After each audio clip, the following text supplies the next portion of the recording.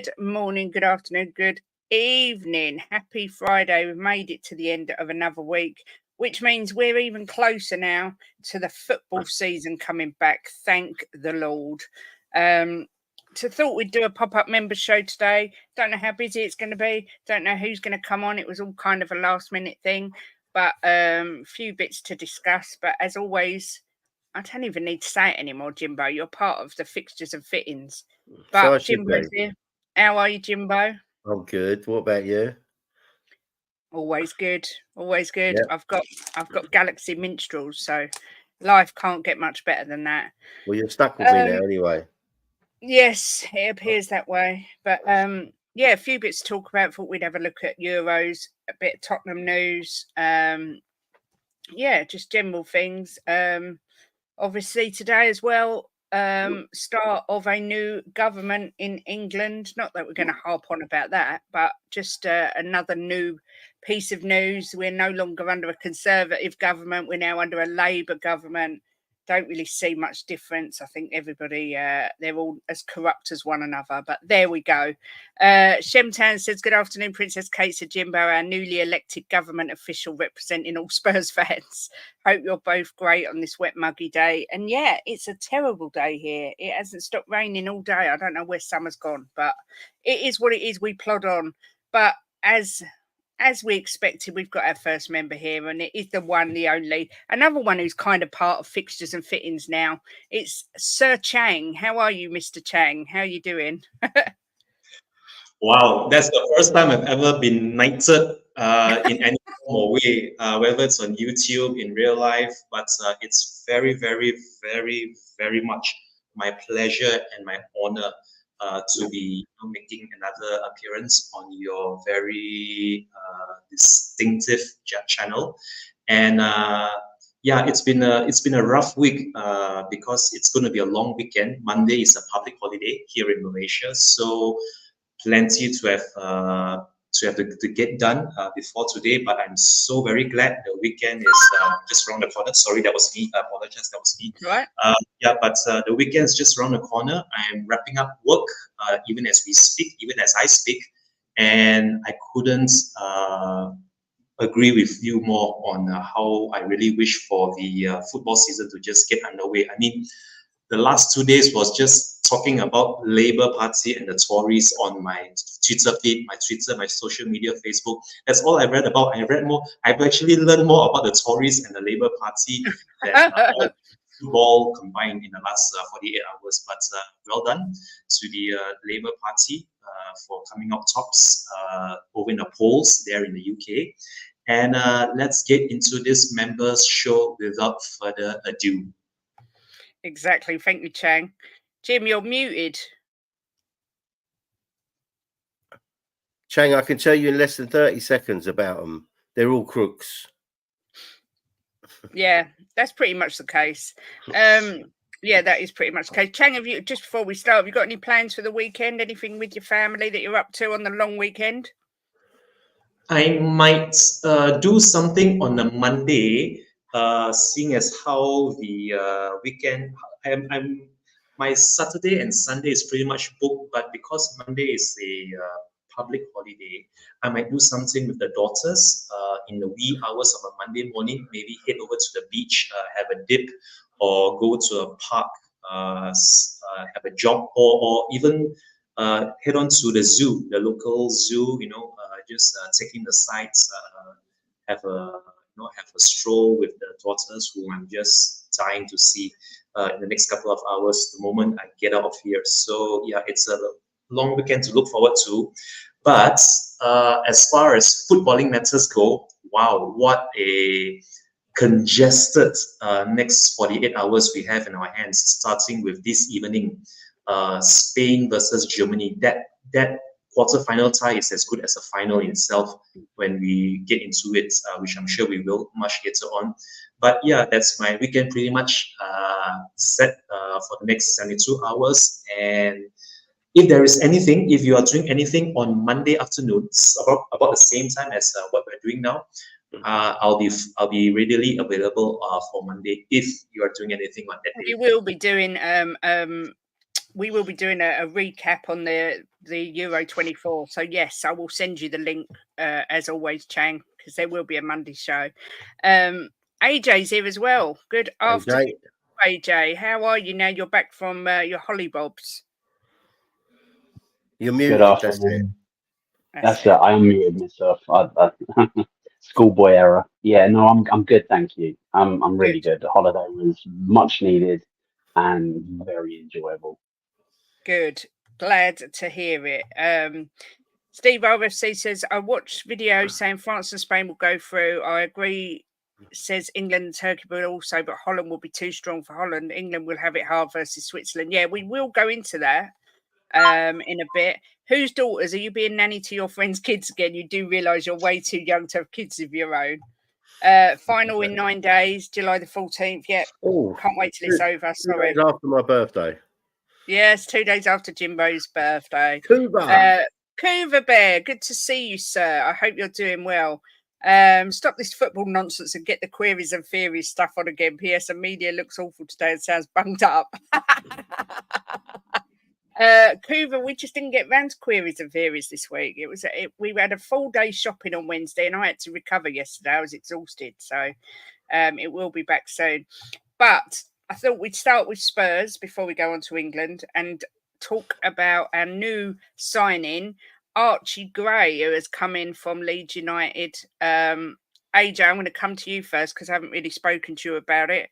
Any thoughts on this signing? Are you happy? Are you disappointed? What are you thinking? Okay,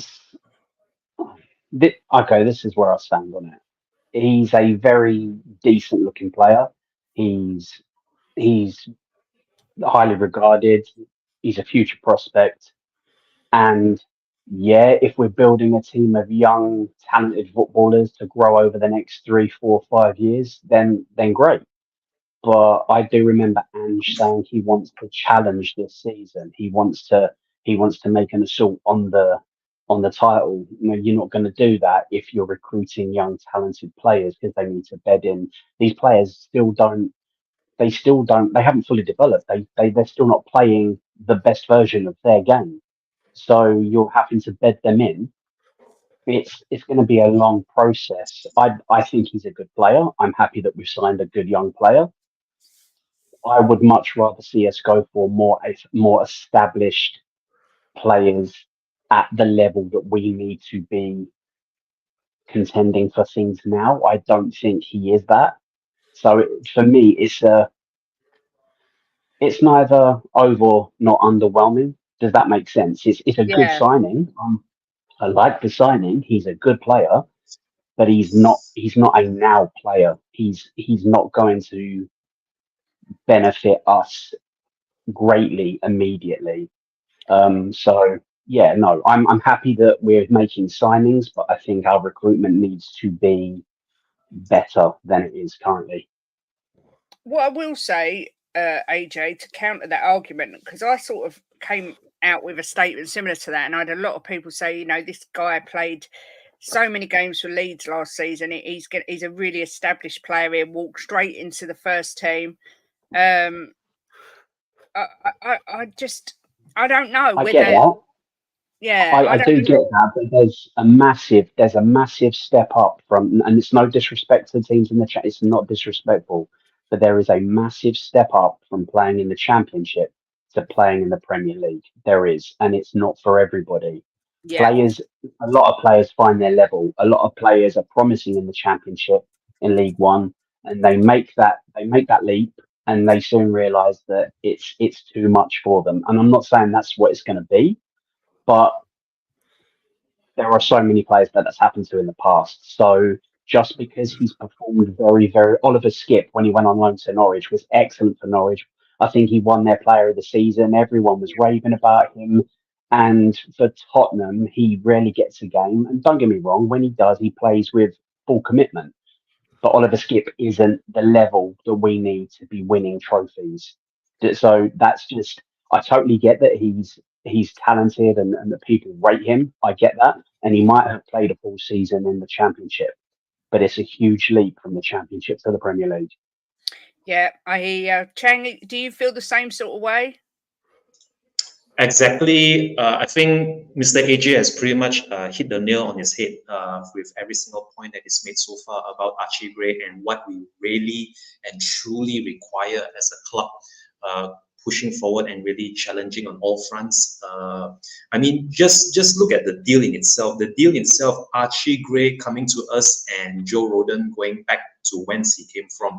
That in itself is really part of the problem, I think, that's been plaguing Spurs for a good decade now, since since the days of Pochettino or even ABB. Like, honestly, I honestly cannot recall another championship player whom we've actually bought or brought in on loan that has actually cemented his place in our squad and actually, earned a starting berth in that starting 11 by merit. I mean, Joe Rodon came from Leeds. He's going back to Leeds. Jet Spence came from Forest. I was actually hoping for him to go back to Forest so that we will get Morgan Gibbs-White. And it's not just those two. It's the likes of your. Sorry, that's Jim's downstairs. It's fine. It's fine. I'm just tuning my earphones. So speaking of other championship players, look at Ryan Sessegnon. Ryan Sessegnon came from Fulham, loads of talent, so much on his shoulders, so much potential, and didn't really live up to expectations, was just only released on a free. So, yeah, I mean, Mr. Benjamin Kaufman just mentioned there, a player that only cost 5 mil, but is far better than Ozil. This was maybe that one freak of nature. I would actually describe Dele Alli as a freak of nature because players like Dele Alli don't come along every so often. For that amount of money we paid him, paid MK Dons for someone of his caliber, that was a real steal. But apart from that, Dele Alli, no other championship player comes to mind that, as I mentioned, could have lived up to, the kind of a potential that Dele Alli had. So I would still reserve my judgment on Archie Gray until I maybe get a better glimpse of him, hopefully in pre-season, now that he's officially been unveiled. And until such time where he can, really perform on a very consistent basis, week in, week out, I think the jury is still out on him. The same way you could say that the jury is still out on Brennan Johnson. Brennan Johnson, pretty much more or less the same price tag as Archie Gray. After a whole season with us, we still haven't seen the best of him. I hope at least we have not seen the best of him yet. So yeah, Archie Gray is probably not what we require right now because there are more important positions, like say, for example, a proper winger, a proper striker, or even a proper fullback, assuming that Pedro Porro and Emerson Royale isn't the answer to our right back frailties. So yeah, this is another signing that looks underwhelming on paper, but let's just hope for better signings in the coming weeks before the start of the season. Yeah, I mean, I was on the terrace yesterday and I sort of said, what worries me is we paid. No one really knows what we've paid for this guy. Some are saying 40, but then you take off the 10 mil for Rodon. Some have said it worked out at 25 after Rodon. I'm not sure the exact figure, but now we're rumoured to be in for Desiree Doué. Yeah, Desiree Doué. For like somewhere in the region of 40 odd million. And he's another 19-year-old. And what worries me is that we're going to go down this road of bringing in these youngsters who have little to no experience of the Premier League, and the money that we need for established players like an Eze is going to be used up on these youngsters. And I'm not sure what way we're going. Are we starting a project youth? Is this the new Spurs? I mean, Jim, what do you make of it all? Well, I think it's absolutely brilliant we've bought him. I think he's a proper talent. Did you see him against Chelsea? Got man of the match. I watched the highlights the other night, and I think it's a fantastic buy. And I love that we're buying youngsters to fit in with the older heads. So we're gonna have some older heads on the pitch. And you've got to look. Some of the youngsters we bought played last season, so they've kind of slotted in now. Vicario, Van der Ven, Dragusin, Porro's been there a while now. Your doggy, he's slotted in. SARS been there a while now. He knows the club, knows us, and knows what we want. So bringing these youngsters in, I think, is fantastic, not only for now but for the future as well. To build Tottenham into a proper football team. So I think it's absolutely brilliant we bought him, and I cannot wait to see him play. And he's got the number 14 shirt. And who played number 14? Go ahead, Ben. All right, Who played Benji. number 14? Did you know that? Lewis Holtby. Lewis Hey. Holtby. And Modric. So we've I'm over the moon. I tell you what, I'm so excited to see this kid play with a Tottenham shirt on, and I love that we've bought young players. I'm loving it. Got Bergville to come in. He looks a proper baller as well. I think it's fantastic. I'm so excited going forward. We just need to buy some more, like a player like Eze, a good striker, which I'm not sure which one yet because there's so many names being thrown in, and I'm not sure which is the right one for us. Yeah. But I'm a little bit confused with the striker thing at the minute. But I'm excited, Kate. I really am, and I cannot wait to see us going forward. I'm trusting in Ange that he knows what he's doing, and he's doing the right thing. But to bring young players in, young talented players like Gray and Bergville, for me, is really exciting. Afternoon, Benji. Good to see you. Always a pleasure. Afternoon. Good to see everyone. What's your thoughts on this business with Archie Gray and this Project Youth system that I don't know if we are going down that road. What's your thoughts? I think people are mad at this signing because he hasn't got a sexy name. You don't have you don't have anyone complaining about Lucas Bergvall signing. Everyone's saying, "Oh, he's a wonder kid. He's going to set the Premier League alight. He's the best thing since sliced bread." He's playing in the Swedish league, which is worse than League Two, and everyone thinks he's going to be God's gift to humanity. Whatever you think about this Archie Gray signing, he's playing in a difficult league, in a fast-paced league, a physical league. So going from that spot, Bergvall won't play for 2-3 years. He's going to have to learn how to deal with the physicality of English football. Archie Gray can go straight into that team if he needs to play in lower level leagues of the FA Cup or the League Cup, or play in possibly some games in the Premier League as a bit part player. Yes, you can. People are complaining about the price deal. Yes, it is. Someone say, "Oh, it's 40 million." It was because they've made it look like 40 million. So Leeds can be fixed with their FFP, and that's why they've sold him to us, because we've gone to them and said, we can fix your FFP issues. We're going to give you this money, 2 separate transactions and make up one deal, and it looks good on you. This is business.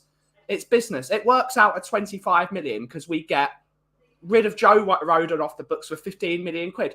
I would have taken a Kit Kat for Joe Rodon, let alone 15 million quid. And he's off the books. Yes, Joe Rodon doesn't do anything else. It's Joe Rodon was earning 20 grand a week, less than that. I think he was actually earning 15 grand a week in some. He wasn't earning a lot of money at all.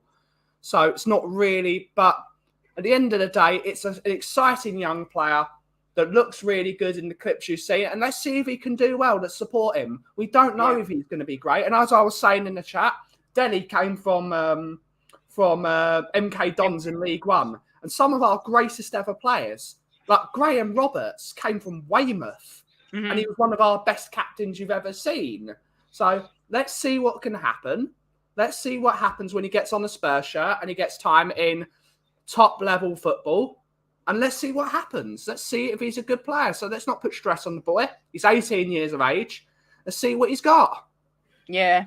Yeah, you're right. I mean, like I said just now, this Desiree, every time I say his name, it makes me laugh. Desiree Doué, because someone. No one's complaining about Desiree Doué because he's got a sexy name. Exactly, but someone said last night, E-Girl said it sounds like didgeridoo, and now every time I say it, I think of didgeridoo. But I mean, he's only a very young player. Yeah. Apparently touted as one of the best new talents in Europe, or best potential talents. But as you say, Ben, nobody's having a meltdown about this kid. All of a sudden, he's a baller, but Archie Gray's not good enough. I mean, I'm not sure. Maybe we need to rename him. Maybe we need to name him Archibaldo Grayinho. Maybe people will like him. Grayinho sounds great, actually. He should do that. Grayinho, it's brilliant. Do you know what, Kate? Do you know what? He's not a big guy. right? But if you watch him, he's so strong on the ball. He's so strong. What's that? You know I love you, but the Archie signing doesn't upset me. So Yeah, rivals are taking the piss a little bit, yeah, saying that well, he that's doesn't all right. Let him deserve take the them. piss. Wait till he puts our shirt on. But if you watch him, Kate, on the ball, he is so strong. I've seen 2 or 3 players try and get the ball from him, and he wriggles away from them. He's going to be good for us, and I'm excited with it. I really am. Yeah, I mean, there is that. I'm not judging him at all. I'm going to wait and see. Certainly, Jess and many Leeds fans have said to me over the past week, they're absolutely devastated. I mean, the Leeds United statement said they're heartbroken, which is a word you don't hear very often when someone leaves a football club. So, He is. you know, He is a very highly touted player, and please don't be mistaken in thinking that I'm totally against the signing. My comment was literally, I would like to see us strengthening with players that are ready to go. Because although he is good, although he's had a full season, although he's been in the competitive league, it's still a huge jump from the Championship to the Premier League. And I just don't think he's not a now ready to go player that's going to take us to the next level. He could very well be. He could very well be a player that develops into an absolute superstar, and then you've got the likes of Real Madrid sniffing round him in the next 2 seasons. But I think he'll be good for us. You know, he's worked his ass off in the Championship. He's performed well in the Championship, and as Ben said, it's a tough league. But we do need to be making signings for now to compete now. And Bergvall is a huge gamble. Yes, he looks absolutely talented, but he is in the Swedish league. And this new kid, I've never heard anything about. If he's one of the hottest prospects in Europe, still at 18, it's hard going from playing for a European team to come and establish yourself in the Premier League, because he's going to get kicked from here to there. Do you know what I mean? So I love signing new players and bringing them in and imprinting your style, your philosophy on them. That's great. You know, that's the better way to do it, because if you do it with older players, they have to unlearn everything they've learned, and sometimes it's harder to adapt. But we need to strengthen and sign players that have been there and done it, and that have competed at that top level in order for us to progress. But he played against Chelsea in the cup, and he mugged their Yeah, midfield. I know. Mugged them off. yeah. Absolutely, but Dembele mugged Man City off when he played them with Leon, and look what we ended up with. Do you see what I'm saying? If you're going on one game, I think this guy's a bit different, AJ. Yeah. Oh no, yeah, absolutely. I get that, Jim. Absolutely, I get that. He doesn't like McDonald's for starters. Maybe it's a KFC for him. I mean, I've got to bring this up. Obviously, Eze's gone quiet. Is it because of the Euros? I mean, Chang, I'm going to come to you first. Is it because of that, or are you worried that we're spending money and this is going to come out of the money we were going to buy Eze for? Arsenal are apparently interested in Eze now. I personally don't see it happening now. I've just got this feeling we're not going to sign Eze. What are your feelings on it, Chang? I really do hope that's not the case, as much as I would very much like to say that we do have the funds, we do have the financial backing to sign whatever player that is willing to come to N17. Eze for me is, I think, going to be a big step up from the likes of your Timo Werner loan extensions and Archie Gray signing, because I really do hope that it's just the Euros that's the stumbling block that's preventing this potential signing from going ahead, because I really do see Eze as a starting 11 player. That's how much I would prefer him over Archie Gray, although I also do see the logic and also the ambition for building up in the long term, not just getting players who can be starting 11 players here and now, but also to develop potential, stars in the making. My hope is that Eze won't be the only big player signing, assuming that he is going to be a big player for us. I really do hope we invest sufficiently in the striker department as well. So as for Eze, I mean, if this gets over the line, I'll be over the moon. If it doesn't come to fruition, then maybe there'll be other targets. It's not all doom and gloom. But yeah, I really am hoping that Eze does get done, and let's just wait and see how England fare in about 26 hours tomorrow when they take on Switzerland. And yeah, and let's just hope for the best with regards to the outcome of our pursuit of Eze. Okay, can I say I watched a podcast yesterday, and it said that we're still favourites to get Eze. That Arsenal have kind of backed off from him. Right. So I don't know how true it is, but that's what I watched yesterday.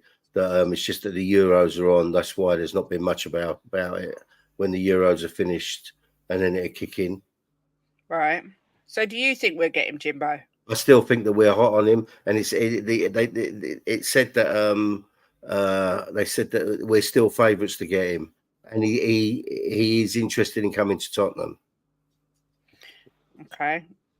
Ben, what's your thoughts on the whole Eze business? It's just one you've got to get done, isn't it? It's one we've got to get done. We've had all the excuses at the beginning of the year.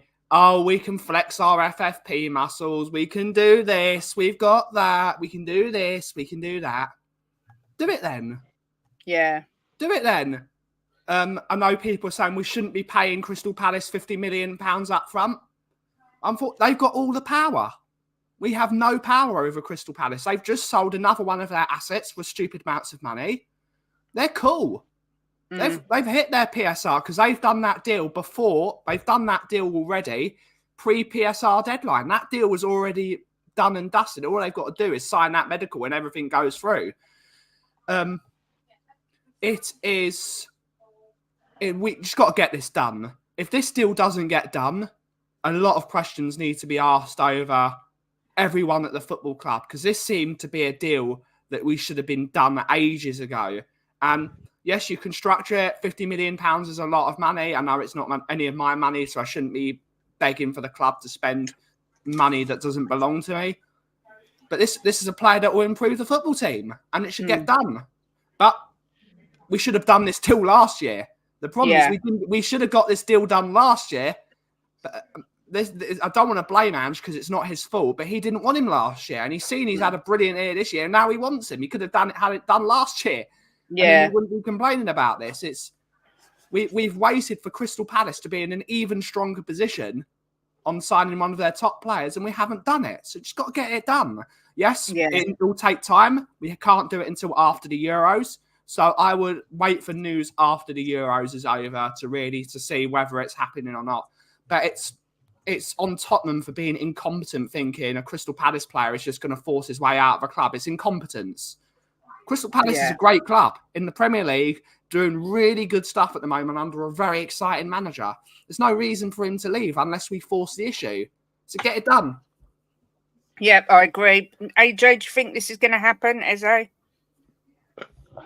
At first, when we were heavily linked, heavily rumoured to be after him, especially with the way we played when we played them in the Premier League last season, like his family had a box, and it's like it was almost like all the palms were being greased, and it was being set up, and now it's taken time. It's difficult because players are away at the Euros, so deals that should be straightforward aren't going to be straightforward. And I'd like to think that maybe Tottenham and Crystal Palace have an agreement in place ready to go, and it's just waiting for England to get knocked out and then him come back and signed, sealed, delivered. I would like to think that's the case, but this is Tottenham, and where they can do things easy, they will always choose the most difficult, long, drawn-out, protracted route there is. I would hope so, because we have made it clear, or Tottenham have made it clear, that he's our number one target. Mm-hmm. So if you're going to pursue your number one target, have it all over social media, and then all of a sudden, oh, actually, no, we're not going to go after you. We're not going to sign you. It's a huge letdown, and it will have fans absolutely raging. It could go either way for me. I would like to think it's the history of Tottenham, isn't it, AJ? Yeah, Think absolutely about that. our Absolutely two that. number one targets. Last year's number one target, Brennan Johnson, wasn't signed until after the season started. The number one target before that, Pedro Porro, wasn't done until the last day of the window. This is what 100%. Tottenham do. If this is really our number one target, get it done. Yeah. 100%, mate. Other clubs do that. Other clubs go, who do we want? Who do we need? That's our man. Bang, we get him. And they get him within inside of a week. Signed, sealed, delivered, players ours. Tottenham always want to structure the payment over 75 years, you know, and it's always so long and drawn out. And we just need to go, okay, Eze, what is he going to cost? 60 million? Okay, yeah, bang, here's 50 million. If that's what it costs, supply and demand, right? We need what they've got. We need what they've got. They don't have to sell him. They don't have to. There's no law governing that they have to sell that player. If we want him and they say he's going to cost you 60 million with 50 million up front, if we want that player, that's what we pay. It's as simple as that. So it's just, I would like to think it will get done.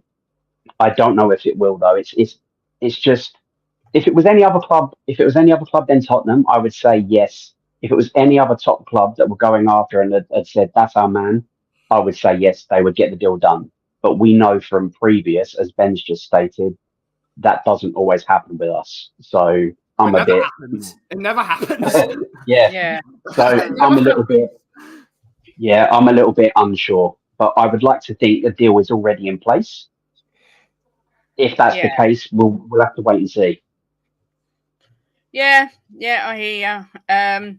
This came out yesterday, I think. Yesterday or today, I see it. I've seen it twice since that we're linked.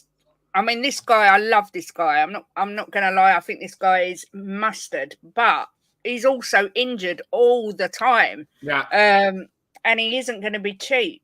I think I've spoke about Neto before because I just think as a winger, he's brilliant. He's quick, but the whole injury saga with him is really worrying. Is this one you see could happen, Ben, or do you think there's injuries with hands you won't really want to go there?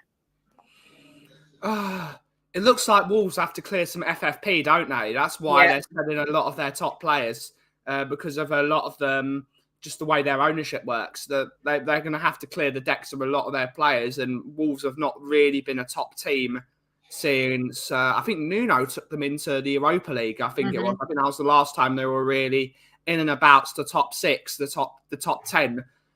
I can see this one happening. Pedro Neto is a really good player. He would be a really good rotation offer with Brennan Johnson, because Brennan Johnson has the more direct route and being more of a winger, out and out winger, whereas Pedro Neto is more of he's someone that can come inside, he can go outside, he's quick, he scores goals, he's got the technical ability to burn.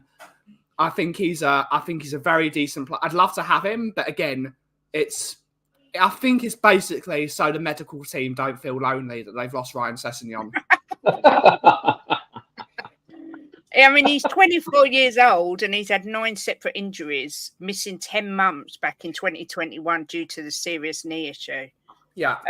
It is very worrying, as Paul Connor just said, with Angie's system being so physical, so much running around. You know, is he going to be able to cope with it? I don't know. It's a bit of a risk, I think. I mean, Chang, what's your thoughts on Neto?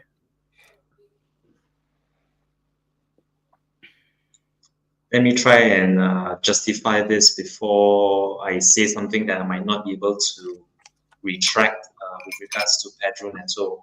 If you had offered me Pedro Neto, say about 2 or 3 years prior, let's say if I had to choose between him and Ruben Neves, or what's the other Spaniard who's always using that baby oil? I can't remember the name. Traore. That's the one, Traore. Between those 3, Traore, Pedro Neto, or even, anyone else that is supposedly of any use to us from Wolverhampton Wanderers. Pedro Neto would be my choice, but I think his injury crisis, or not really a crisis, but his injury concerns over the past few seasons has me doubting that he might actually be able to contribute any more than, say, Richarlison or even the likes of Kulusevski. If he's not always there for us when he needs to be called upon.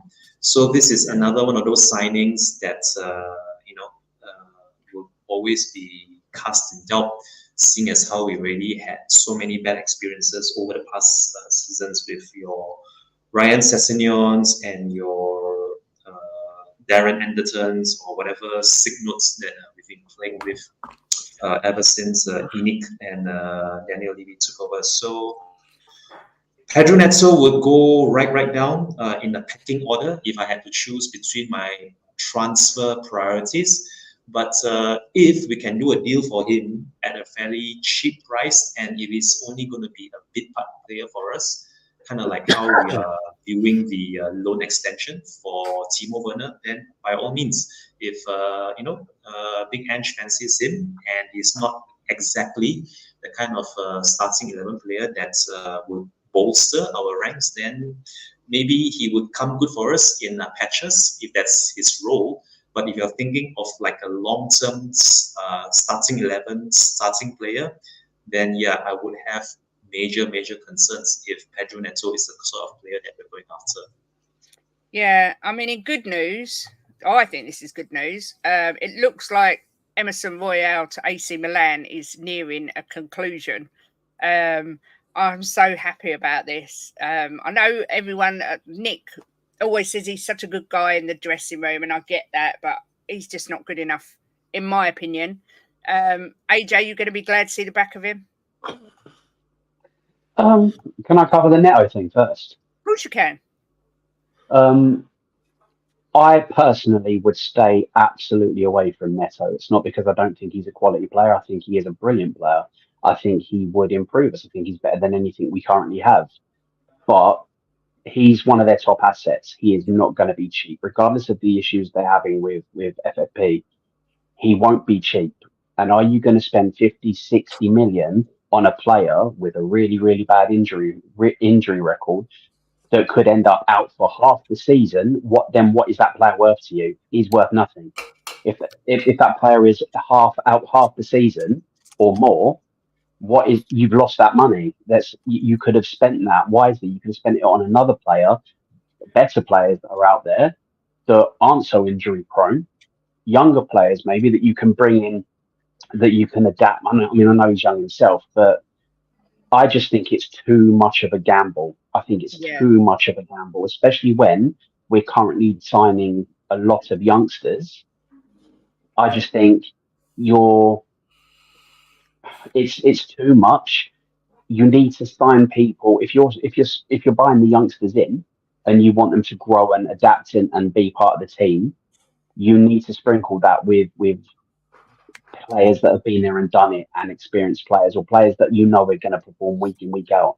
And Neto's not going to come from Wolves, where he's the main man and play backup and accepts a contract where he's playing every other game. He's not going to do that. He's going to want to be the main guy, and I understand that. He's quality. But for me, it's just far too much of a risk. And in regards to Emerson Royale, I will be sorry to see him go. I think he's a good defender. He's not very good going forwards. And in the system we play, we need a defender that can get forwards. And unfortunately, it just doesn't suit him. So I wish him the best. And if it gets done, if the deal gets done quickly, it gives us more money to go out and buy replacements. And I know Archie Gray is meant to be able to play right back, and I think it's a holding role, isn't it? But I want a bit more experience. If we're gonna realistically make an assault on a trophy this coming season, we are going to need experience. We're not going to achieve it relying on youngsters, especially in such key positions as a number 6, as a fullback. Bearing in mind the system we play, when our fullbacks go forwards, we do get exposed because it leaves a gaping hole. You know, if our fullbacks are coming up and playing as a number 8 and joining in the attack, we need somebody more reliable that's been there, done it, someone that knows the job inside out, that is going to be able to get back and defend and understands when he's too far forwards and when his team are gonna be hit on the counter and to get back and cover.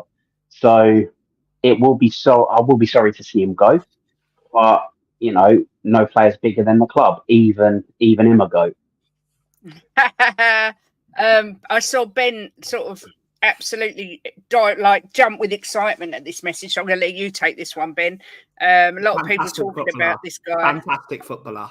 Absolutely brilliant footballer. I'm surprised Motta doesn't want him in his plans, but I think Motta plays a different style of football to the way that the dinosaur that was in charge of Juventus, Massimiliano Allegri, was last year. It's going from dinosaur football to more modern style Italian football, but with a bit of a classic twist. But Federico would be a fantastic. He's a far better player than Pedro Neto is. That's a player that gets me excited. That's a player that makes me excited. Italian international, one of their only decent players at the Euros this year, Chiesa and Barella. So is he a winger? Ben, if I'm correct, his stats for the last 3 seasons, I know he's come back off of a terrible injury, but his stats for the last 3 seasons haven't been what you would say top draw. You know, they haven't been astounding. And I know. Was it a cruciate ligament he did? Cruciate ligament injury. He's getting over, and he seems to have recovered really well from it. But I would hope so. He's half the price of a Pedro Neto, and he's a better player. Well, and if he's more reliable and less injured, you know, I'd rather have a consistent player in my team. That gets me excited.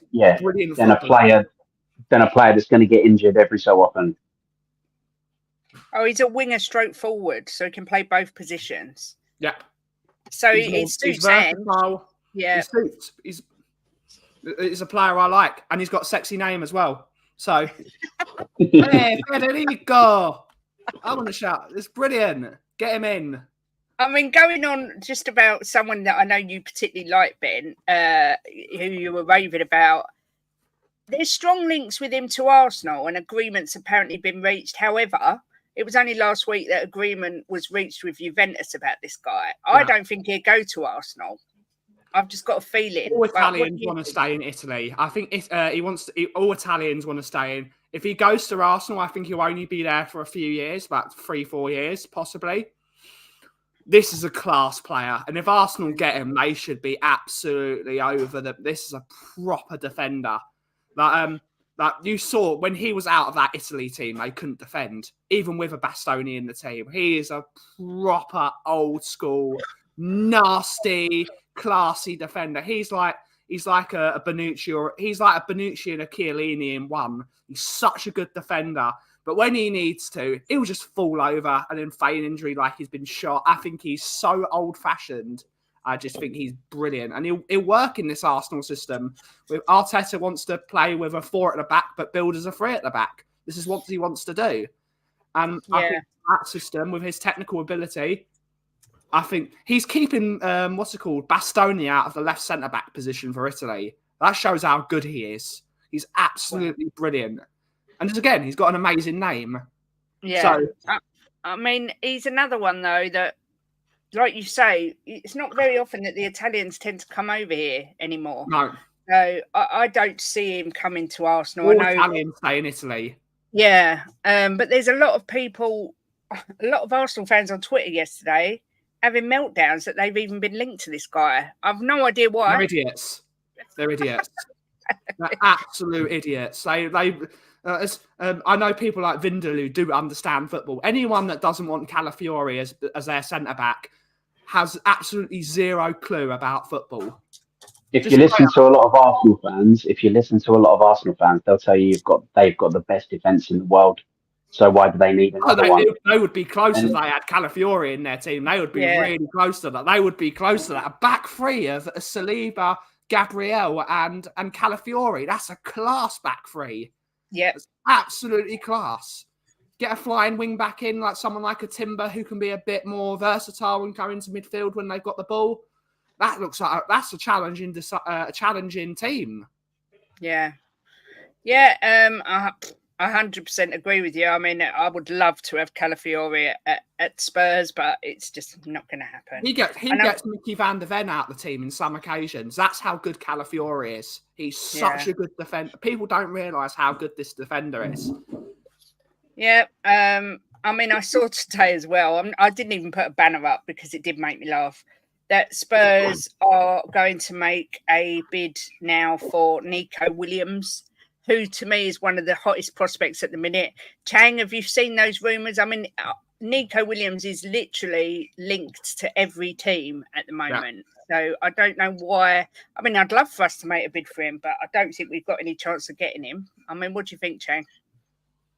Nico Williams would be the kind of signing I think that would fit very much into Big Ange's Angeball philosophy. And yes, I have seen the rumors, but right now it's just rumors more than anything until someone like a David Ornstein or Matt Law, maybe even a Fabrizio Romano, if they have anything solid and tangible for them to report about our interest in Nico Williams. Unfortunately, I think it's just pipe dreams at the moment. But yeah, I would most definitely get Nico Williams over Pedro Neto, first and foremost. And yes, this is a sort of signing I think that we should get over the line if it means getting a player of his caliber to slot straight into our starting 11.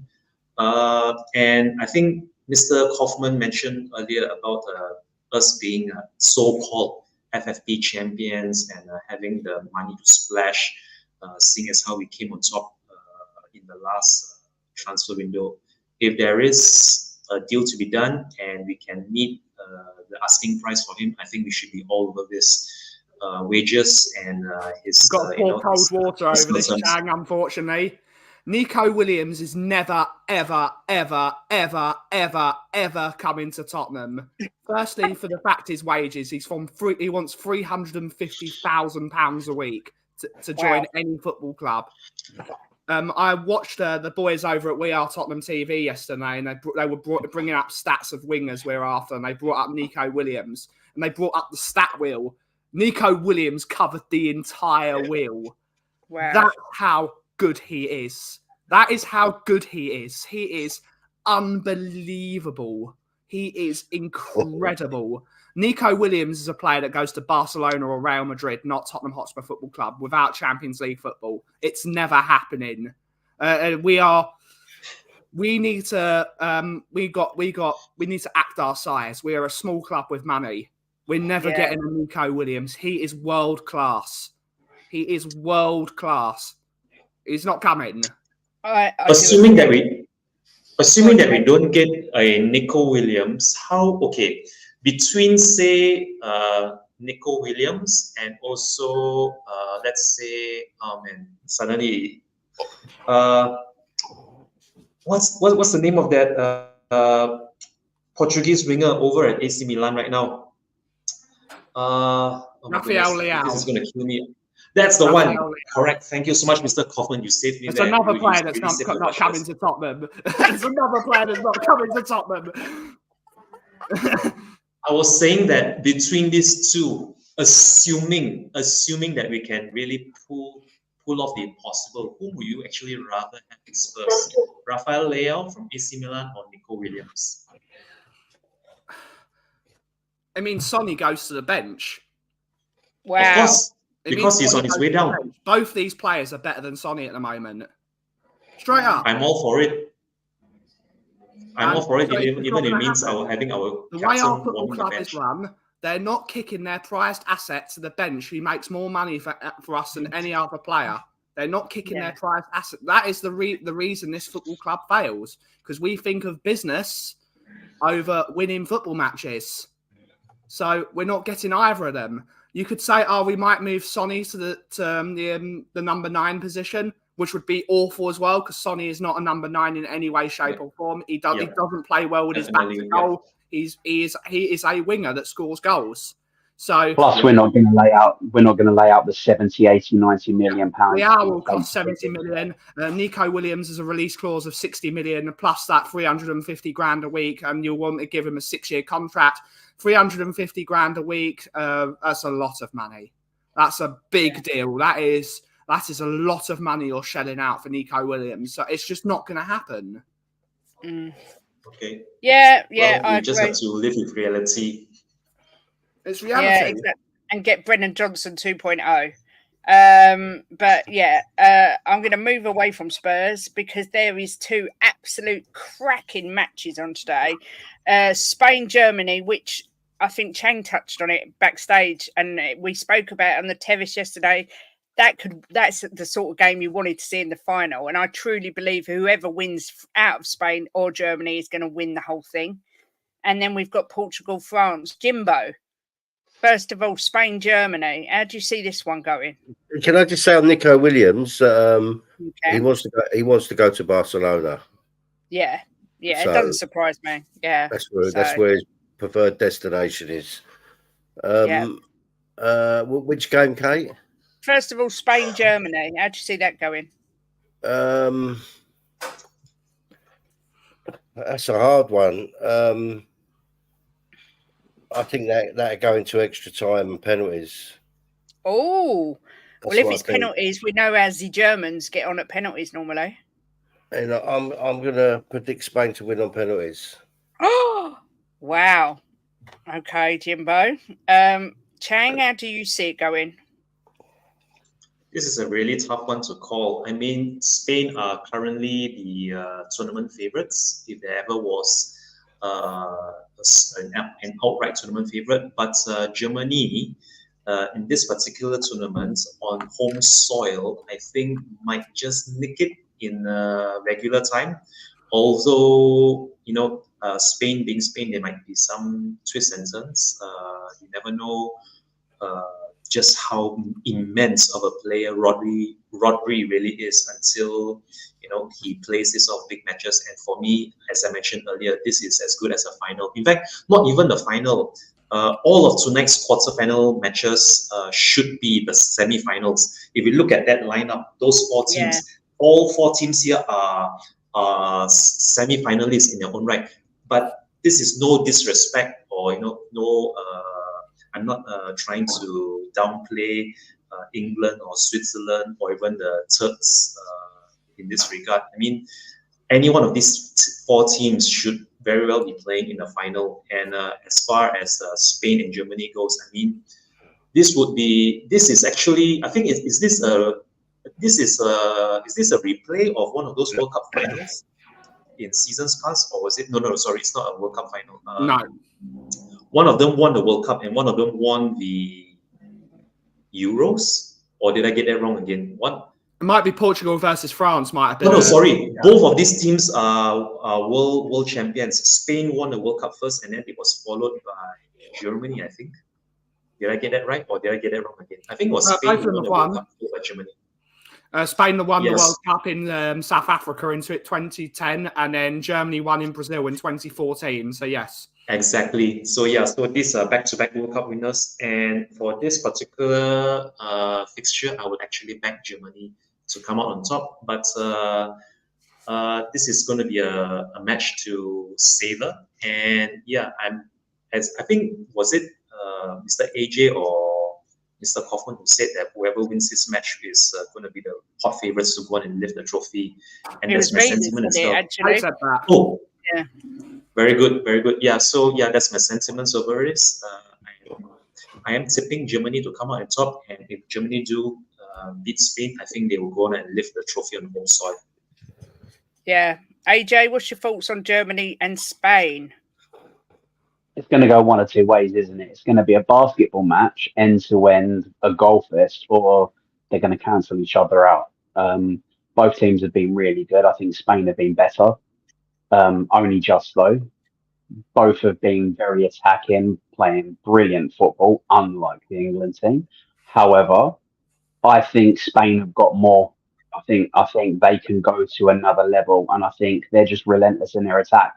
Germany seem to they attack in waves. They'll pass the ball around, move the ball around, and then they'll come forwards. They'll come at you. They might let you have the ball a little bit. They'll take it off you, hit you on the counter. But Spain are just endless. They're relentless. They just keep coming and coming and coming and coming. And I think Spain will have. I couldn't tell you the score, but I think Spain have got too much for Germany. Yeah. Ben, are you in agreement with Jim and Chang with Germany, or AJ with Spain? I think Spain win this comfortably. I think Spain they are the only complete team in this tournament. They've got every single position that they are brilliant in. They're brilliant defensively. They've got a very decent goalkeeper in there that has looked very good. And someone said it. I think who's it? Was it? Yeah, it was Dafarsha. Spain are blessed with two of the best wingers in the world at the moment, and Germany are not very good down those sides. Yeah, Spain. I said Spain, Kate. Yeah, sorry, you did. You said Spain on penalties. Sorry, my mistake. I think Spain will win comfortably over 90 minutes. I think they're a superb side. I'm going with Spain, but I think it will be cagey, this game, and I think it'll be a draw at full time, and I think Spain will win it in extra time. So not quite penalties, but I think it might go to extra time. But I just can't see Germany beating Spain at the minute. They look different gravy. But coming back to you, Benji, you've got the next one, which is Portugal-France, another cracking game. This one is a more closer. I think Portugal should win this game, but they won't because of one man, and that's Cristiano Ronaldo. I think Cristiano Ronaldo should be nowhere near this Portugal side. He's made exactly what John James said. He's made this tournament all about him, and Portugal was suffering because of it. They're not playing good football. They don't look good at all because of Ronaldo. They look so reliant on him for no reason. They've got so much talent. They can play as a really good team, but everything has to go through Ronaldo. And he showed when he took his penalty, the first one. He's a bottle job now. He's no longer Ronaldo of 10 years ago. If he took a penalty, it's a goal. Yeah, he's exactly. Every free kick, he's doing this, he's doing that. He has put himself above the team and the country, and France will expose that. And I think France... He's always done that. He's always done that. Even more now that he's on the way down. He could do that when he was at the height of his powers at Real Madrid, scoring 50, 60 goals a year. He's not Ronaldo of that era. He is Ronaldo that's playing in a weaker league, and he's poor. And he's how old is he? 39, 40? Yeah, 39. It's not possible. He can't do it anymore. And like John James said, time to give up, mate. Time to let someone else do it. Yeah. So are you going for France to nick it, Ben? I'm going for France to win comfortably. Okay. AJ, thoughts? Both these teams, I would like to go out of the competition. They both bother me. France have been nowhere near what they should be. They've been just as bad, if not as they've been worse than England. That for what is expected, they have been. I'd rather watch paint dry. And Portugal, as Ben just said, Ronaldo he's got delusions of grandeur. He's got some sort of God complex where he still thinks he is the best player. News for him, he's not in the top 10 anymore.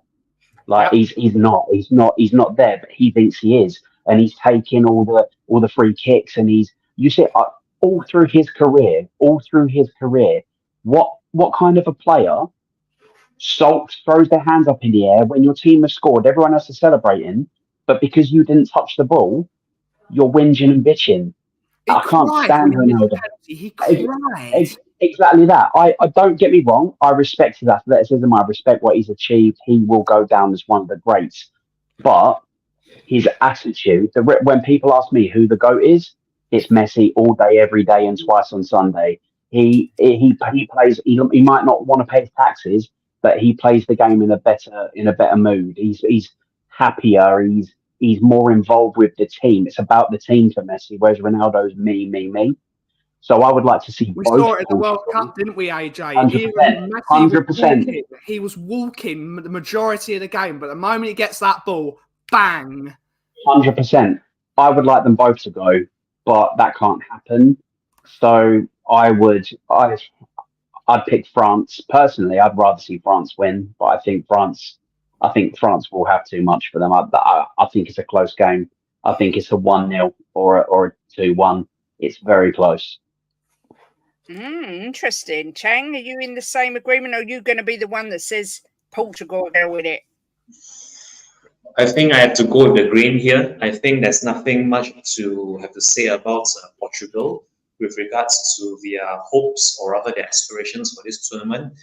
The likes of Bernardo Silva and your Bruno Fernandes and whoever else they have among their ranks should be more than enough actually to get one over France. But because of Ronaldo's ego, because of how everything just has to be funneled and channeled through him, he has to be the stand-up player, the poster boy. It almost feels as though he's making himself out to be the be-all and end-all for Portugal, that the weight of the entire nation should rest upon his shoulders and no one else. And I think that's going to be his undoing. He did just about enough to get one over Hugo Lloris and France in that particular edition of the Euros, in which they won in extra time. And if he thinks that he's going to be able to repeat the same trick twice, I think 8 years later on, I think it's been 8 years later. 8 years later, since he helped Portugal win the Euros over France, I think he's sadly mistaken. He's way past his prime. He's even further down the ranking now than our own Sweden, and that's saying a lot for someone who's won the Ballon d'Or as many times as he has. So I can't see him actually changing his stripes. I don't see him, taking a back seat in a very high stakes game against France. So yeah, I'm actually expecting France, however frail they may be, or however patchy their performance has been. I still fancy France to win over Portugal, and I would expect a 2-1 win for France in regular time. Yeah. Jimbo? Well, let me say that Bellingham's been banned for one match, suspended for a year. Yeah. And been fined £25,400. Yeah.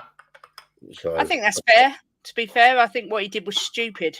yeah, It's stupid, but it's not a politically charged. He just grabbed his bollocks. Most men do Yeah. that 17 million times a day. So he just Did Martinez, just curious, did Martinez receive a similar sort of punishment after they won the World Cup? Yeah, it was funny. But similar sort of gestures, inappropriate. Yeah, when they're you're different. right. So that's what I'm wondering. Or have they made a point because it's Jude Bellingham? It's like if you're going to give out a punishment for if certain gestures aren't appropriate, then you need to hit everybody with the same punishment. You don't pick and choose. Yeah. It wasn't. I'm not going to mention it because I don't want to talk politics on a football show, and because we don't know them about the other ban that's been done for a certain. But it wasn't a politically charged. It was a joke made towards his friends. Yeah. So it's all about intent to offend, and the other gesture was in fact a very charged, and the other two, because there was another one done at this tournament as well, made but earlier in the tournament. Yeah, we can't. No, Ben, I'm referring to are not good for football. We need to keep it away from politics. I know football is politics now, but we need to keep it football. Yeah. Ben, I'm referring to Martinez, the goalkeeper for Argentina. That's who I'm referring to. Similar sort of gestures and behaviour. Worse, actually, than what Bellingham did, I think. Yeah, I thought. What punishment did he get? Nothing. He didn't, as far as I'm aware. Nothing. For UEFA want to cut this out because of Germany itself has some because of history. If you know your history, Germany had a certain ruler 90 years ago that did certain things. So Germany is very careful when it comes to political gestures and speech, and they're rightfully so. Yeah. So Yeah, 100%. they've got to protect what's happening. I just find it all very bad sportsman-like. Martinez, I found it that way, and Bellingham. When there's kids watching that look up to these guys as heroes, sometimes they just let themselves down a bit. They're just stupid, but it's not like Ben says. It's not a political thing. It was just stupid, really. Yeah. But Okay. Jimbo, anyway, back to Portugal, France. I think Portugal win. I think they're winning in normal time. I'm going to go 2-1 to Portugal. Wow. I'm going to go France. I think they haven't kicked in yet, and I think this is the game. Mbappe's going to kick in, and I just think France will Donatello. beat. Yeah. That still annoys me. He's not got a purple Teenage Mutant Ninja Turtles mask. That really Yeah. offends me. I know they did give him time in one. his career he could have put on a mask and be Donatello, and he's chosen not to. I know, bad Great. play. But yeah, I do see France progressing, and then obviously tomorrow we've got we've got two matches, but obviously England versus Switzerland. There's rumours that Gareth Southgate's going to take it to a back three with Walker, Stones, and Konsa because Guy is suspended. He's suspended, yeah. Yeah, there's rumours he's dropping Rice. Ben, I'll come to you. Do you see him making these changes, or do you think it's paper talk? I think he will change it because I think he's desperate to get his boy Trent in the team. And you've seen the team is not functioning as a unit as in the way he wants to. Dropping Declan Rice is a surefire way of losing the game tomorrow. If you don't play Declan Rice tomorrow, we lose. Declan Rice is our best midfielder. You can't not play Declan Rice. He's the leader in our midfield. He's the best player mostly.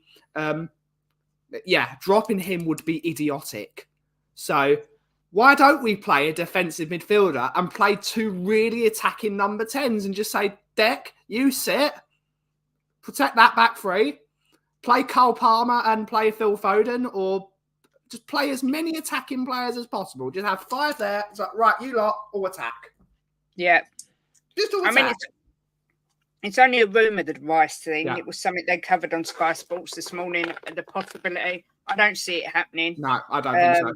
If you drop Rice, even though he's going to be playing against Granit Xhaka, who's one of the most physical specimens and one of the best midfielders in the tournament, Granit Xhaka has been phenomenal for the last 2 seasons, both at Arsenal and at Leverkusen this year. And if you don't play Declan Rice against Xhaka, they're going to walk all over us. Yeah. Yeah, the rumours are he's going to play Saka left wing back and Trent right wing back, I believe, and have Foden and Bellingham behind Kane. AJ, do you see him changing? I mean, for me, he's got to change. And if we go out when he's made the changes, at least we can say that he had a go, because it's not working what he's doing at the minute. I messaged Jim about this at the beginning of the week, that there were rumours that they were going to go to back three, and it's ultra defensive, and it's Gareth Southgate. So I absolutely believe it. I don't think he'll drop Rice, because Rice is one of the most defensive midfielders, probably the most defensive midfielder we've got, and we know how defensive Southgate loves to be. So I don't see Rice getting dropped. But if you put Saka at left wing back, keep him up the top. I mean, he hasn't been brilliant, but none of the team have. But he's had his moments. He's taken players on, and that's what you need. And I cannot for the life of me understand why, with the array of attacking talent we have, Southgate wants to play these two holding. Why are you doing that? As Ben just said, get your attacking players on. Stop playing such a boring, pragmatic style. Get your talent on the pitch. Let them do for the country that what they do week in, week out for their clubs. The reason why they've been selected is because of what they do for their clubs. And he selected them and gone, lads, let's not pass the ball forwards. That's too risky. Let's go side to side. Let's drop the ball backwards. Pass it around a bit. Oh, we scored. Okay, let's worry about defending now. Yeah. Finish teams off. If you get a goal, hit them again. Keep going. We've got some of the best attacking talent in the world, and he wants to play the most boring, defensive, dull football. And it's Someone got me with something brilliantly on Twitter, or X, as the kids are calling it these days.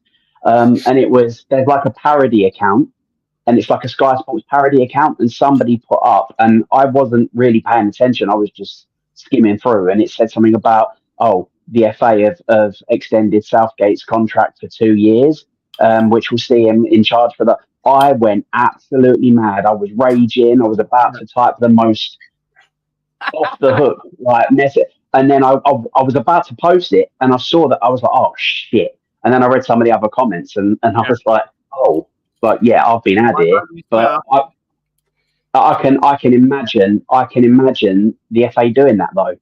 We get to this, if we somehow scraped our way to the semi-finals, the FA are going to be like, well done, Gareth. You got us to another semi-final. Well done. Have another extension. Have the job for life. The sooner that man is gone, the better. Yeah. We have the perfect player to play left wing back, and we're not going to play him in Adam Wharton, who played at Blackburn Rovers as a left back, and he's now playing at Crystal Palace as a left winger. He can play left wing back, and he won't play him there. What does this guy have to do to play a game of football? And realistically, we should have Tyrick Mitchell there.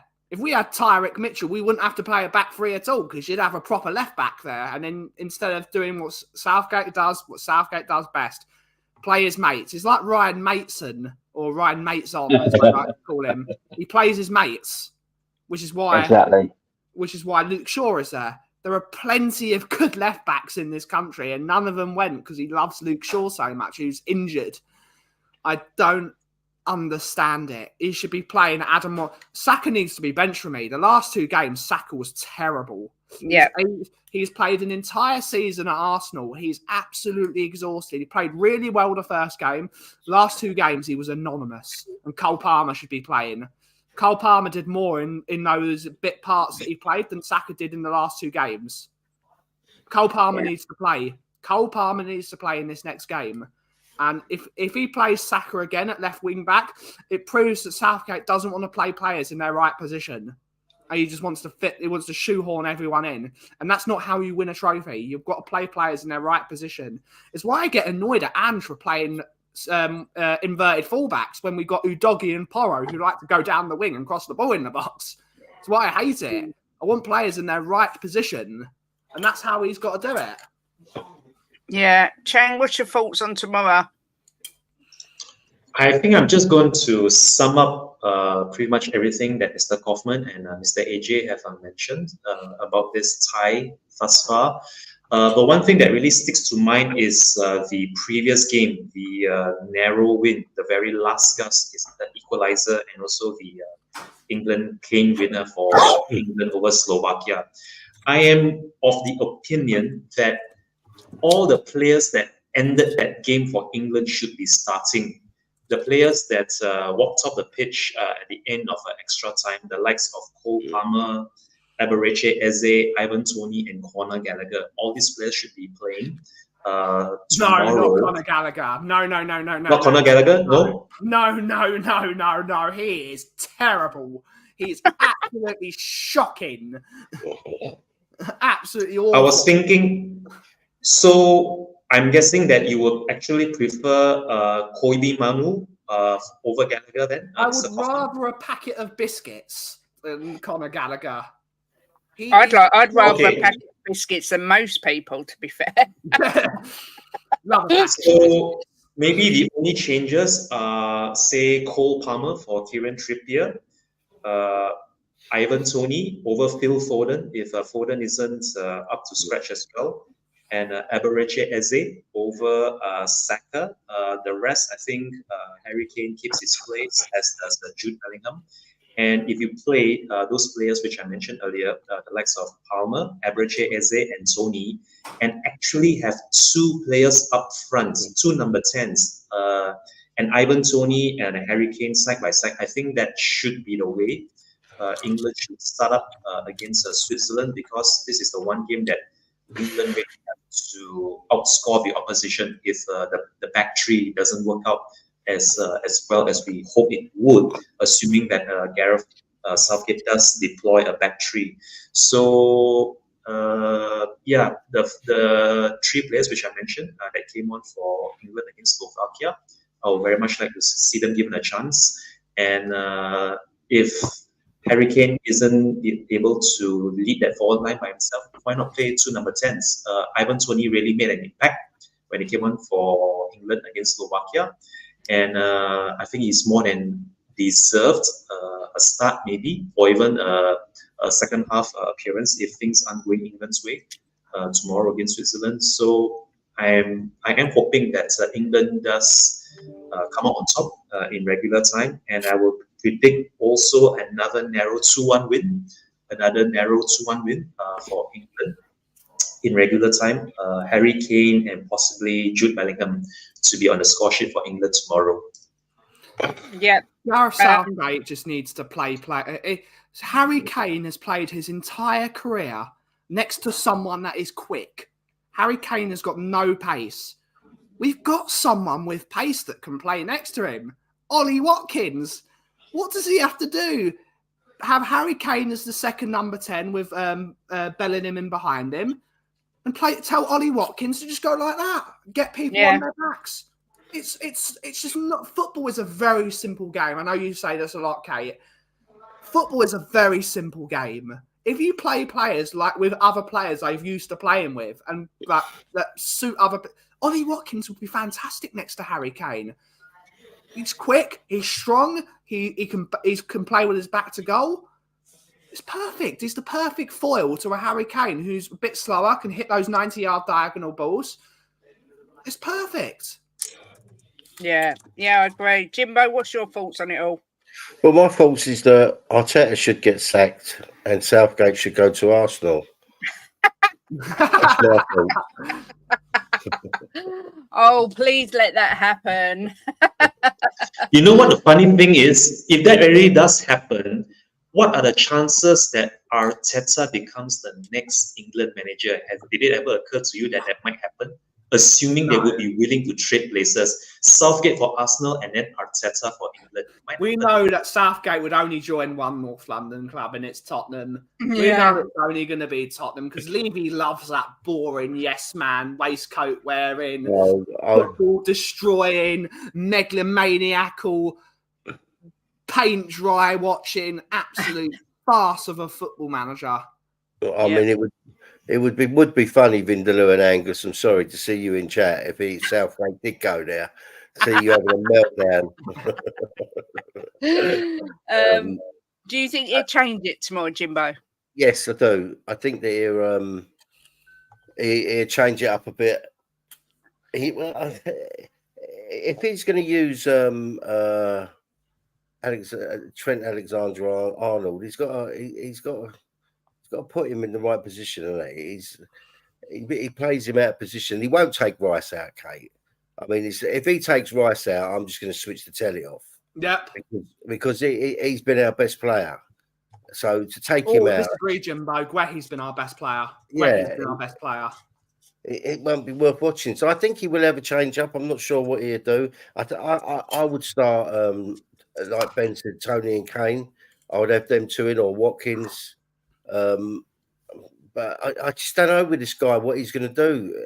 You know, there's been reports he's going to do a back five, back three. Going to take Rice out. I mean, what?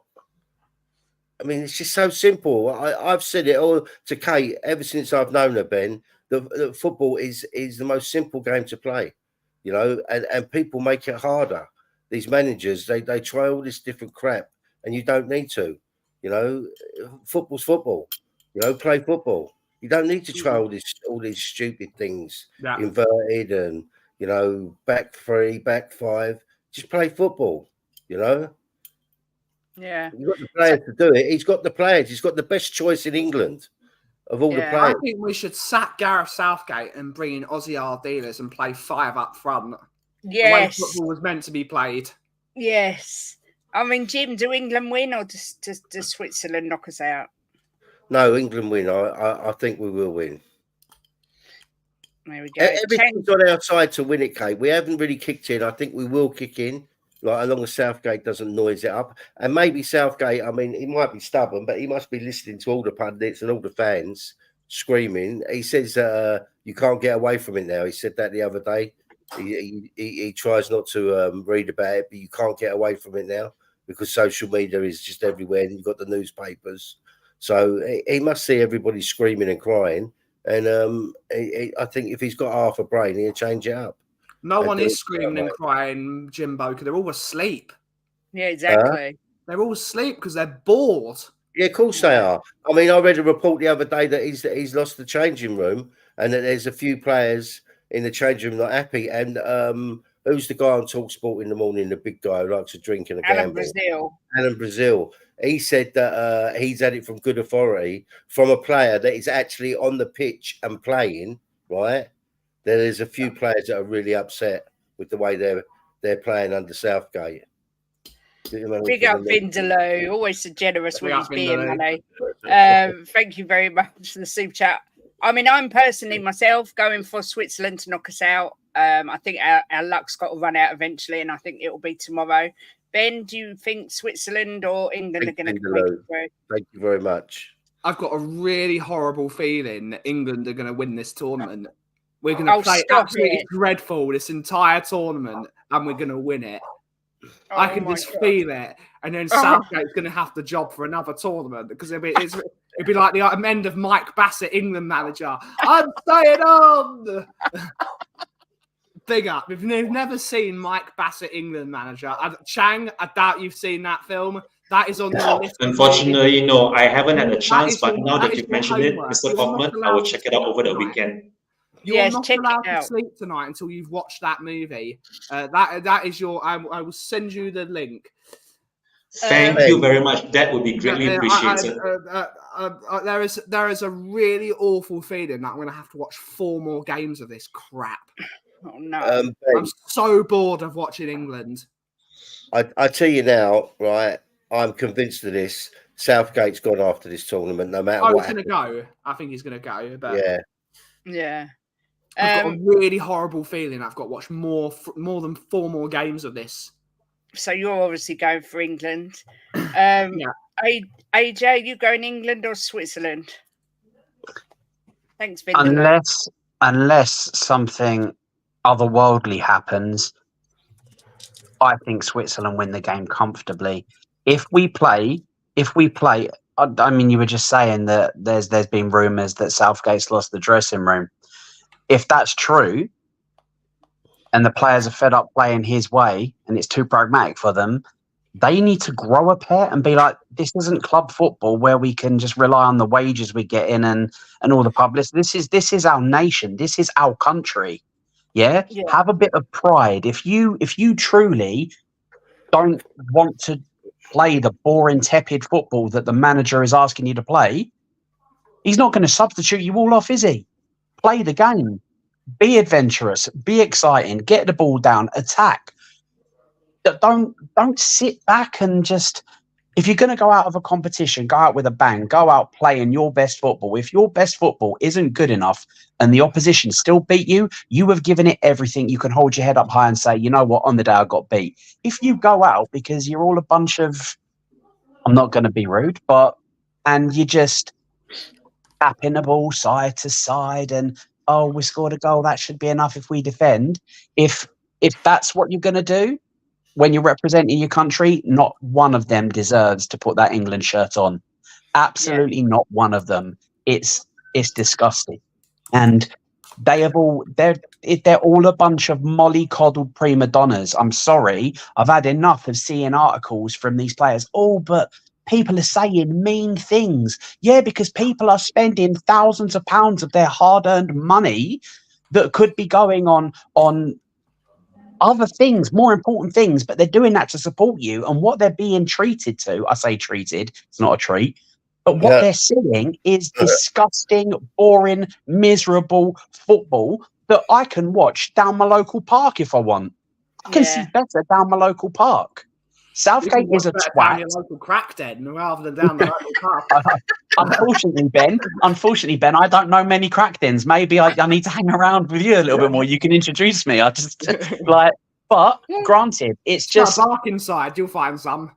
They need to grow a pair and actually play the game. If they don't like the manager's tactics, then just play for themselves, play for the country, play to the best of their ability. Job done, right? But no, if we continue to play, if it wasn't for 1 minute, I think it was 1 minute and an absolute world-class goal, we were out of this tournament. And then what, everyone was calling it. Everybody is calling it. All the pundits. It doesn't matter whether it's ITV, BBC, on the radio. It doesn't matter. Everyone's had enough now. Everyone's saying, why is even the commentary team, why is he doing this? Why hasn't he made subs? AJ, the pundits all love Southgate and they're digging out the players. No, I saw even, who was it? Dixon. It was Lee Dixon, wasn't it? Commentary team. He was like, what is he doing? Why hasn't he made any subs? Why hasn't he? And that's what needs to happen. Southgate thinks he's untouchable, thinks he's done a stellar job. With this crop of players, we should be winning, or at the very least be taking whoever is in the final to their absolute limit. We shouldn't be scraping out like past, who was it? Slovenia, wasn't it? Was it Slovenia we played? Slovakia. Yeah, Slovenia, Slovakia, all of the slurs. But we scrape past them, and then Southgate treats that like that's an achievement. No, it isn't. Yeah. They shouldn't have even been in the game. But they knew exactly how to set up against us because they knew the boring football. We were every single team, and you corrected me slightly on this, Kate. You corrected me slightly. Every single team, bar Scotland, has been better than England. Every single team has played more expansive, more exciting football than England, except for Scotland. Even Ireland, and they're not even in it. Exactly. Hang on one second. Before anyone says anything, Chang's got to jump, so I want to give him a chance to just plug. Go on, Chang. Sorry, bud.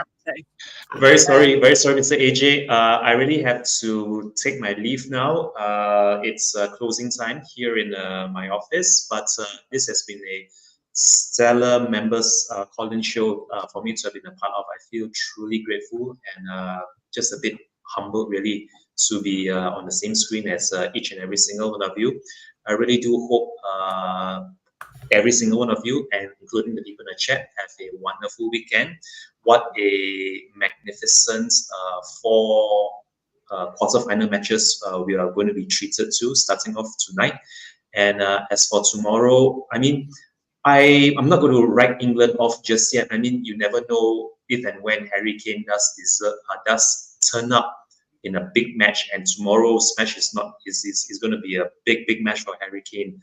And despite him not even being Lily White anymore, I would still wish him to perform on the highest of stages, on the biggest of stages for England, and finally win some silverware for himself, even though it's not at club level. So all the best to England tomorrow against Switzerland, and come on, you Spurs. See you later, everybody. See you on Monday. Take care. See you later. See you later, Chang. And Chang, never ever, before you go, never ever worry about interrupting me, my friend. I do get carried away with myself, and I do have attacks of verbal diarrhea. So just, if you ever want to interrupt, just interrupt. It's fine. Thank you very much, AJ. With that, Much have love, a great weekend ahead, and I'll see you soon. Okay? Bye-bye, everybody. Bye. AJ, you was in the middle of a rant. I don't know if you can remember what you were saying. Oh, I'm bloody done, or I'll end up crying. You got to love Paddy Harnett and Angus McDowell. I know, both hating the English. I know. They're funny though. I know. We did have a couple of questions come in. If I can find them, I did star them. Oh, here they are. Over here. I'm looking in the wrong place. Do you think Ange has learned a lot from last season about the Premier League and will be more adjustable in his style of play going forward, or is he too stubborn? Who wants to take this first? I'll go. Go on. No, I don't think he's too stubborn, and I think he would have learned a lot. He's a smart guy, and I think he would have learned a lot from last season. And I think we'll push on this season and do well. I really do. Okay. Can I go? Can I go next? Yeah. Go on, AJ. Just because I want to disagree with Jim ever so slightly. ever so slightly. I think he absolutely is stubborn. He proved last season that he was stubborn, and I get that he wants to properly bed his ideas in, and he wants the team understanding, like eating and sleeping and breathing his style of football. But you need to be able to adapt, and fair play. In the last 2 games, he showed he can adapt, and we actually looked quite good in our last 2 games. But he has been stubborn up until now. I just hope that he has learned a lot in his first season, and now he's got more tools in his toolbox. You know what I mean? He knows, actually, I can use the players in this formation. I can actually play higher up the pitch. I don't have to invert my fullbacks, or I can only have one played inverted at a time, and like maybe rotate that. But yeah, he has proven this season past, that he is stubborn. But hopefully, with the exception of the last 2 games where he changed it and we look decent, hopefully that's a show of things to come. Well, there we go. And Ben, what do you think? We'll have to wait and see. We'll have to see by watching football matches. The only way to see if he's changed is with games of football. And we know if he's changed, if he signs a proper number 9, because we can't stick with Richie. I know people love Richarlison. I know the Guardians of the Pombo love Richarlison. He's not good enough. He's never scored more than 13 goals in a league season. If Ange football going to work, we need a goal scorer that's going to score 20 plus goals a season. The reason we didn't win so many games last year is because we couldn't finish our dinner. We have 2 players in our front line, and Timo Werner and Richarlison, that don't score anywhere near goals. The only way this system is going to work is by scoring goals. When he won the Scottish League, he had Kyogo scoring 36, 40 goals in the season. That's how you've got to score goals. If you're going to play this higher risk, higher reward system, you've got to have some reward. Mm-hmm. So we're going to have to sign a striker. If we don't sign a striker, we are in massive, massive doo-doo. We have got a massive problem. Because if we're still scoring only 13 goals a season from our striker, it's not good enough. Yeah, it's not good enough. Yeah, but we will buy a striker, Ben. There are no links at the moment, Jimbo. Well, Desiree Dewey is... He can play as a forward. Yeah, but he can play as a forward and a midfielder. I'm fed up of these. I'm fed up of these players that are playing multiple positions. We need a number 9. I agree. We need a number 9. Someone that says, I am a specialist in my position, which is what Ange had at Celtic. He had a specialist false 9. Yeah. He had a specialist here, a specialist there. You've got to have specialists. You can't. It's all well and good having players that can play jack of all trades, master of none. You need to have a spine of a team that's there all the time. You've got to have a spine that's I'm always playing there. I'm always playing there. Then you can form a versatile unit around it. We have to have a number 9. We have to have a full-blown number 9 that's in that box scoring tap-ins. And, yeah, that's what we need. Yeah. I think we will buy a 9. I think we will. I hope so, Jimbo. That is the most important signing of the season. A goal-scoring, clinical number 9 that's going to score goals. To be fair, there's not that many out there because everybody needs one. But, I mean, Tony's seems like a prime choice, but then you've got the attitude and the problems he's had. Such a specialised position. 70 million. Go and get Gyökeres. Yeah. Go and get him. That's who Arsenal want. Put the money on the table. Put more money on the table than Arsenal. And Sporting Lisbon, again, we are the FFP champions. We can spend our money. If we offer more money than Arsenal for Gyökeres, Sporting Lisbon are not going to sell to a club that's offering less money. That's just business, and no one's going to do that. Offer more money. Get in the player that we desperately need. Pay over the odds if you have to for a top quality player. Bid more money than them. It's business. Football is business. Pay the money.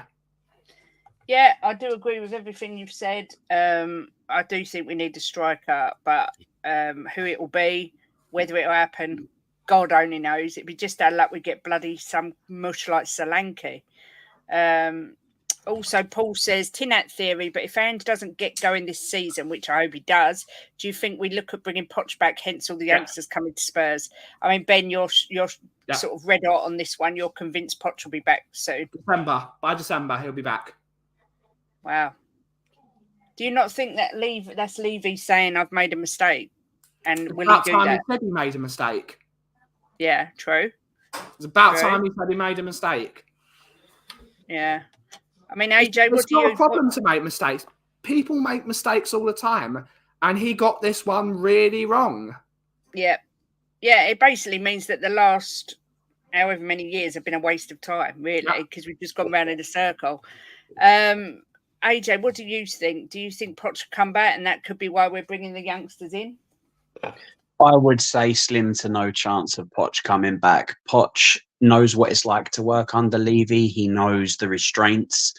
He didn't like it last time. What's going to change this time? If Levy isn't going to invest the right way to progress us as a football club under Ange, why is he then going to do it for a guy that he didn't do it for before?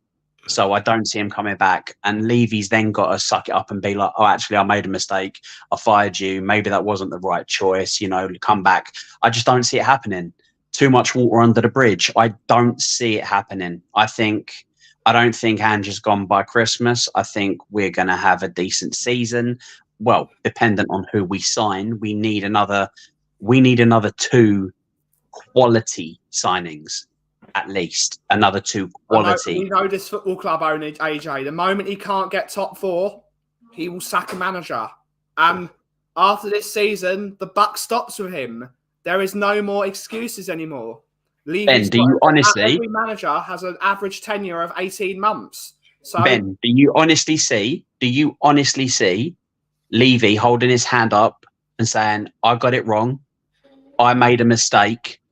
And then walking back on everything he's done and hiring Poch. The board will force him to this time. The board will force him to, because half the board wanted Poch when we hired Ange, and that will be even more of the case if he sacks him this time. I just don't see it happening. I just think there's too much water under the bridge. That quality of manager, who else are we going to get? Kate, it's all this talk's all waffle anyway because we're winning the league. It's the second season. It's the second season of Ange. The league's title is going to be ours. So about Mourinho, though, Jimbo. It's all waffle. Don't worry about that. We're going to knock City off their perch. I hope that we stick with Ange. I don't think we will. I don't think it'll last the full season. So he wins the league, and then you don't stick with him. So what you're saying is he's going to win the league by December. Yeah, I do hope that if he does go, it's Poch we bring in, because that's just my own personal. I've still got that connection with Poch, and I just love him. I would love to see if Ange goes. I would love to see Poch back. I just don't see how it can possibly work. Yeah. Before, realistically, I don't know what you guys think, but in my personal opinion, Poch was 2 signings away from us winning something. 2. Yep. And it never winning the Champions League. That's how and it never came. He was. And it never came. Is he really, knowing full well the rules and regulations and the stipulations and the restrictions on him? Do you really think he's going to want to come back? I mean, he was waiting. He wanted before that. we appointed Ange. He was waiting to come back. He was waiting, and we never called him. And then people got really annoyed that he went to Chelsea. The man's got to work. I didn't want him to succeed at Chelsea. I didn't want him to succeed. I didn't wish him like. He did succeed at Chelsea. He made that team tick again, and then he gave him the chance to continue it. I know, and it's ridiculous. But I didn't want him winning trophies. I didn't want him, but I wanted him to get another job. Like, what's he meant to do? Sit at home until he's 90, going, one day the phone's going to ring. One day I'm going to get the call. It's ridiculous. Yeah. Well, I hope that we are dopey mofos, as Barney puts it. I've been called a lot of things during my YouTube tenure, but not a dopey mofo until today. But we'll see. At the end of the day, we all know this club. We all know that when things start going a little bit Pete Tong and the Levy outs get louder, then he does tend to pull the trigger. So We'll see. It's all ifs, buts, and monkey nuts at the moment. Just before we finish the show, I on the channel we had Mickey Hazard this week, Tuesday, and he set up a charity called Legend on the Bench, which is for anyone suffering with mental health. I think it was his nephew or somebody close to him hung themselves when they were 23 years old, mental health issues. So he set up this charity. Aussie Ardelis is involved as well, and they put benches down, and they've got all the numbers of Samaritans, and it's basically just to show there's someone always listening. And we're going to do our bit. We're doing a 12-hour charity stream on Sunday the 21st of July, which should be fun. There'll be loads of people coming on. I think Mickey's actually going to come on. He's going to give us loads of signed stuff to give away, and there'll be auctions. You need to get him a microphone this time, though, Kate. Get him a microphone. I know, bless him. I know. I said that to Jim. I'm going to send him a microphone. Kate can get him a big-time microphone. So yeah, they're just giving pages set up. But yeah, Sunday the 21st of July, if you can come, it starts 10:30 in the morning. I would have done 24 hours, but my fibromyalgia would not allow me to sit at a desk for 24 hours. So 12 hours it is, but it's for a good cause. So yeah, I wanted to put that in there. Anything anyone wants to say before we finish up the show? I've done a redirect to Benny's show, which starts in 15 minutes or so. So make sure everyone goes over there after. You don't have to leave the room. It'll just take you over there and you smash a like and whatever. But yeah, anyone got anything else to add?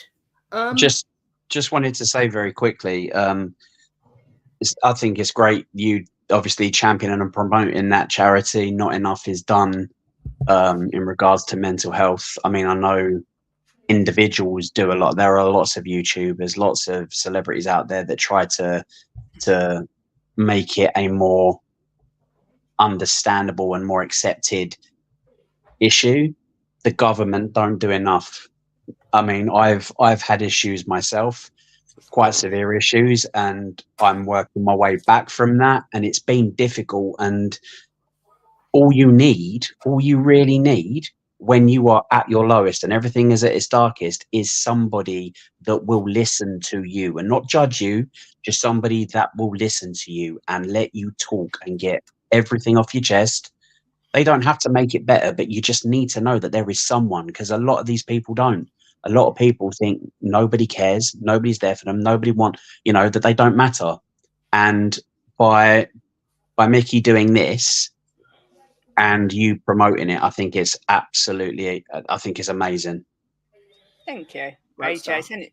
It's only a little thing on our part just to help out and get the word out, because a lot of these smaller charities. Okay, all about exactly. And speaking of small beginnings, as a quick plug for Tottenham on Tour, we did something absolutely incredible yesterday. We had the chairman of the Tottenham Hotspur Supporters Trust on the show last night, and we did a 2-hour interview with him, shedding a lot of light on the trust and how the trust is involved with the football club. And a lot of people, myself including Brian, many people in my movement, have given the trust well too much stick and well too many things that they don't deserve. They don't deserve, a lot of them, the stick they get. So we got the chairman of the trust on, and we had a great 2-hour conversation with with Brian and David. And it's a really good show. If you can get over to Tottenham on Tour and watch that show, it's absolutely fantastic. And Martin is a brilliant, brilliant bloke. And I have joined the Tottenham Hotspur Supporters Trust, and I'm now going to move. I want to get this club moving. And the only way we're going to get change at this football club is if we get people from this channel that support Tottenham. Everyone on the Spurs YouTube channels, there's only a couple of thousand members of the Tottenham Hotspur Supporters Trust. If we become the majority in the Tottenham Hotspur Supporters Trust, we can get change done in a fair, democratic way, and we can actually get stuff moving. And that's one thing we've learned from last night, that we can change it. Let's bring football, because the trust are not allowed to talk about football. Usually the trust are not allowed to talk about football.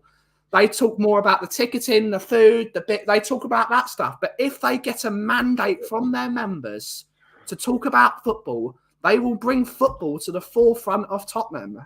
That is something we want to do. So get over to that video and let's get stuff happen. Let's get change happening. How do you become a member of the Supporters It's Trust? free. Go to the Tottenham Hotspur Supporters Trust and it is free. It is free to join. Or you can pay a membership fee and you can get elected. You can get elected to become a member and you can sit on the board with Daniel Levy himself. And you know what? Vote Kaufman 2026. We're going to if you want to get me on in a thing or Daigle in a room with Daniel Levy and scream about why we're not winning anything, but we're going to do it in a democratic way and we're going about it the right way. The Trust deserve a lot of respect for coming on. It was the Lions Den yesterday. He came on the most Levy out channel going and we had a proper conversation and it was a really good chat. I've watched the stream, Ben. I watched it last night. It's absolutely fantastic. He's a nice guy as well. Lovely, lovely bloke. Yeah. And we look forward to having him back on the channel. He's going to come on. I shall go onto there today and have a look and make myself a member because it's free. Join for free. Excellent. So everybody, anything happening at the coffee company or the Tottenham on tour coming up, Benji, before we go? We're going to go live in 12 minutes and we're just going to do what we usually do. Talk absolute rubbish. So I'm with Daigle in 12 minutes and we're just going to have a bit of fun. It's just going to be a laugh. It's the weekend. We all need to relax. Yes, exactly. So make sure everyone stays where you are and you'll be sent over. We're back Monday and then we've got 3 days off because Jim's at the hospital. So Tuesday, Wednesday, Thursday, we're not streaming because Jim's at the hospital and all sorts going on. But we will be back Monday. So make sure you join us. The link for the Just Giving for the... I've put it up. Oh, have you? Yeah, I put it up loads. It was there. But it's also on the community page. So if anyone does want to donate, but just most importantly, keep the 21st free if you can. And it should be a good day. Lots of fun and hopefully raise some money for charity. So Ben, AJ, Chang as well, even though he's gone. Thanks for coming on. It's been a great show. I really enjoyed it. And stay where you are. Oh, there we go. Click to join. Is this to join the... You can go onto the page and there's a big join button in the top right of the screen. It costs absolutely no money. Right. Okay. I shall be doing that today. Yeah. I will as well. Do you want me to join, Ben? Of course. If we can get 400 people all talking about football and how we're going to win the quad, it might actually happen. There you go. So make sure you all go over and do it. You know, those that want change, this is the right way to do it at the end of the day. And we all want to do things the right way. So let's get it going. But have a great day. Have a brilliant weekend. Enjoy the football. Let's hope for some good results. And as always, come on, you Spurs. Come on, Southgate. Go to Arsenal. And come on, you Spurs. Sorry, Jim, you're going to have to do that again, I think, because I forgot to say a massive thank you as well to Vindaloo for the beer money for the weekend. And so thanks, Vindaloo. And as always, come on, you Spurs. Come on, Southgate. Get your ass down the road to Arsenal. And come on, you fucking Spurs. Go to those Woolwich wankers, Southgate. Oh, I wouldn't have said all of that.